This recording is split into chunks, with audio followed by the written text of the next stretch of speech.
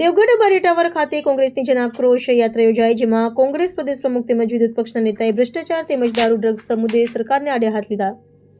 ગુજરાત પ્રદેશ કોંગ્રેસ પ્રમુખ અમિત ચાવડા અને વિરોધ પક્ષના નેતા તુષાર ચૌધરી દ્વારા દેવગઢ બારિયા ટાવર ખાતે સભા યોજી દેવગઢ બારિયા તાલુકા કોંગ્રેસ સમિતિ દ્વારા દેવગઢ બારિયાને જિલ્લો બનાવવાની માંગ સાથે પ્રદેશના નેતાને આવેદનપત્ર આપ્યું. તુષાર ચૌધરીએ ભાજપની સરકારમાં ભ્રષ્ટાચાર વધ્યો હોય, જેમાં દેવગઢ બારિયા અને ધાનપુર તાલુકામાં થયેલા મનરેગા યોજનાના ભ્રષ્ટાચારમાં મંત્રી પુત્રો જેલ ભેગા થયા હતા, જેમાં હજુ મંત્રી પણ જેલ ભેગા થશે તેમ કહ્યું હતું. ત્યારે હાલમાં સુરેન્દ્રનગરના પકડાયેલા નાયબ મામલતદારને ત્યાંથી 67 લાખ રૂપિયા મળી આવ્યા, ત્યારે કલેક્ટર કમલમ તેમજ મુખ્યમંત્રી સુધી કેટલા હપ્તા પહોંચ્યા હશે તેમ કહી ભ્રષ્ટાચારનો મુદ્દો સરકારને આડે હાથ લીધી હતી. જ્યારે રાજ્યના આક્રોશ યાત્રામાં અમિત ચાવડાનાઓએ પોલીસને જણાવ્યું હતું કે તમારે અમારા જેટલા વિડીયો ઉતારવા હોય એટલા ઉતારી લેજો અને જ્યાં પહોંચાડવા હોય ત્યાં પહોંચાડી દેજો તેમ કહી જણાવ્યું હતું કે હાલમાં આ વિસ્તારમાં વિદેશી દારૂ મોટી માત્રામાં વેચાતો હોય અને તે વિદેશી દારૂ મધ્યપ્રદેશ તેમજ રાજસ્થાનમાંથી મોટી માત્રામાં પોલીસ એસ્કોર્ટ સાથે આવતો હોવાના આક્ષેપ કર્યા હતા. ત્યારે દેવગઢ બારિયા તેમજ પંચમહાલના જાંબુઘોડામાં મનરેગા યોજનામાં મોટા પાયે ભ્રષ્ટાચાર થયો હોવાનું જણાવ્યું હતું.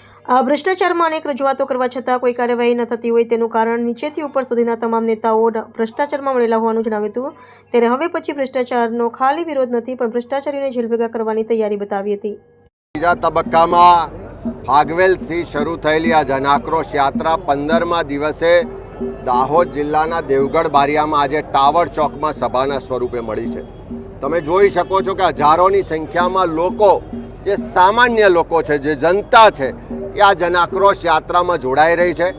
ગામે ગામ લોકો ફરિયાદ કરી રહ્યા છે. ખાસ કરીને દેવગઢ બારિયામાં ત્યાં વર્ષોથી ભારતીય જનતા પાર્ટીના ધારાસભ્ય છે, જે વર્ષો સુધી મંત્રી પણ રહ્યા, એમનો પરિવાર મનરેગાના ભ્રષ્ટાચાર માટે આખી દુનિયામાં જાણીતો થયો.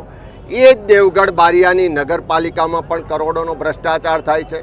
અહીંના રસ્તાઓ વર્ષોથી બનતા નથી, રસ્તામાં ખાડા છે કે ખાડામાં રસ્તો છે, ફરિયાદ લોકો કરી રહ્યા છે. ભાજપના મળતિયાઓ ગેરકાયદેસર ખનન કરે છે અને અહીંના જે અધિકારીઓ છે એ લોકોના ખિસ્સા ભરાઈ રહ્યા છે. સાથે સાથે જે બોર્ડરના જિલ્લાઓ છે, છોટાઉદેપુર હોય કે દાહોદ હોય, મહિલાઓ ફરિયાદ કરે છે કે બાજુમાં મધ્યપ્રદેશ, રાજસ્થાનથી ટ્રકો ભરી ભરીને, ગાડીઓ ભરી ભરીને રોજ દારૂ આવે છે અને આ દારૂને ગુજરાતમાં પ્રવેશ કરતો રોકવાની જવાબદારી જે પોલીસ કે સરકારની છે એ ભાજપના નેતાઓના મળતિયાઓ બુટલેગર છે. અને જે પોલીસની જવાબદારી છે રોકવાની, એ પોલીસ જ એસ્કોર્ટ કરીને આ દારૂને ગુજરાતની સરહદમાં ઘુસાડે છે.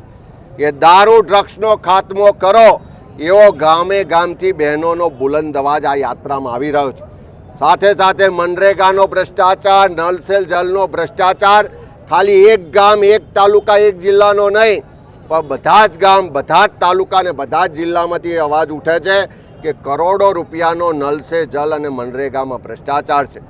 અહીંયાથી મોટા પ્રમાણમાં સ્થળાંતર થાય છે, કારણ કે અહીંયા યુવાનોને રોજગારીની તક નથી.